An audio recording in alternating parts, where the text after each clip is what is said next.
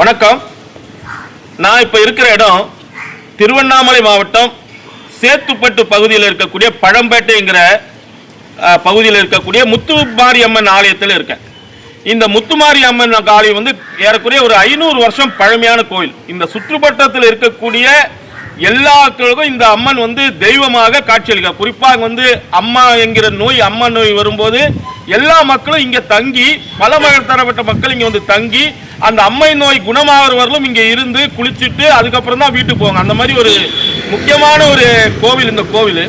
இந்த கோவில் கடந்த 3 மாசத்துக்கு முறை கும்பாபிஷேகம் இந்த கோவிலுக்கு நடைபெற்று. யாருன்னா இந்து சமய அறநிலைத்துறையோட மேற்பார்வையில் இந்த கும்பாபிஷேகம் நடைபெற்றுச்சு. ஆனால் நாம ஒரு வீட்டில் ஒரு கிரகப்பிரவேசம் நடத்துவோம், வீடு கட்டுவோம். வீட்டில் கிரகப்பிரவேசத்துக்கு முன்னாடி வீட்டில் வாசக்கால் போடுவோம். வாசக்கால் இருந்தால் தான் வீட்டில் வாசற்படி அந்த தலை நட்டு உள்ளே போவோம்.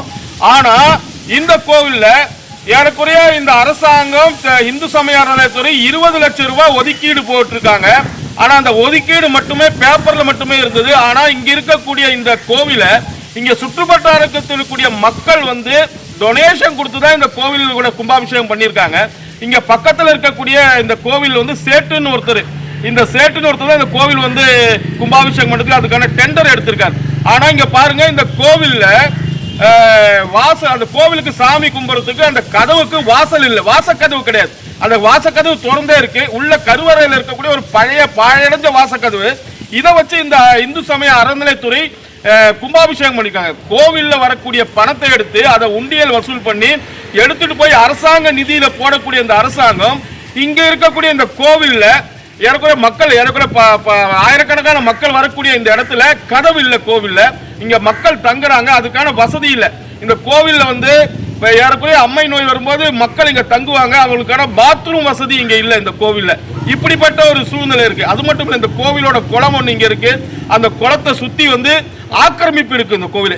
இப்படிப்பட்ட ஒரு சூழ்நிலையில இந்து சமய அறநிலையத்துறை கணக்கு காட்டியிருக்கு. எதுக்குன்னு, நான் இத்தனை கோவில் கும்பாபிஷேகம் பண்ணியிருக்கிறோம், இவ்வளவு விஷயம் பண்ணி இவங்களை கும்பாபிஷேகம் பண்ணதோட சிரிப்பா சிரிக்குது. ஏன் அப்படின்னு சொன்னா, இந்த கோவில்ல எந்த ஒரு அடிப்படை விஷயங்களும் செய்யல. ஆனா கும்பாபிஷேகத்துல கணக்கு காட்டியிருக்காங்க. தமிழ்நாட்டில் இந்து சமய அறநிலைத்துறையில கோவில்ல கும்பாபிஷேகம் பண்ணதிலே மிகப்பெரிய, கடந்த ஆட்சியில மிகப்பெரிய ஊழல் நடைபெற்றிருக்கிறது. இந்த ஊழல்ல இப்ப வந்திருக்கின்ற ஜோசப் விஜய் தலைமையான அரசு வெறும் வந்து ரீல்ஸ் அரசாக இல்லாம உண்மையில கடந்த 5 வருடத்துல எவ்வளவு கோவில்ல கும்பாபிஷேகம் நடந்திருக்கு, அந்த கும்பாபிஷேகம் முறையா நடந்திருக்கா, அதற்கான கணக்கு என்ன, அதுல ஊழல் நடந்திருக்குன்னா அந்த ஊழலை உடனே கண்டுபிடிச்சு சம்பந்தப்பட்டவர்களை கைது செய்ய வேண்டும். ஏன்னா இது மக்களோட பணம், மக்கள் கோவிலோட தன்னோட வேண்டுதல் நிறைவேறத உண்டியல்ல போட்ட காசு.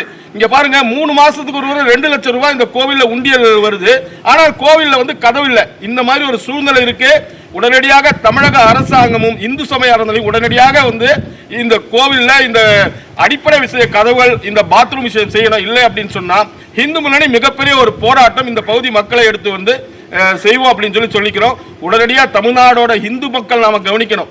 நம்மளோட கோவில் எப்படி இருக்கு பாருங்க, ஏறக்குறைய 40,000 கோவில்கள் இருக்கு, அரசாங்கத்துக்கிட்ட இருக்கு. கோவில்ல நம்ம போடுற உண்டியலுக்கு வாசல்லாம் வந்து அரசாங்கம் எடுத்திருக்கான். ஆனா நம்மளோட கோவில் நிலைமை இவ்வளவு மோசமா இருக்கு.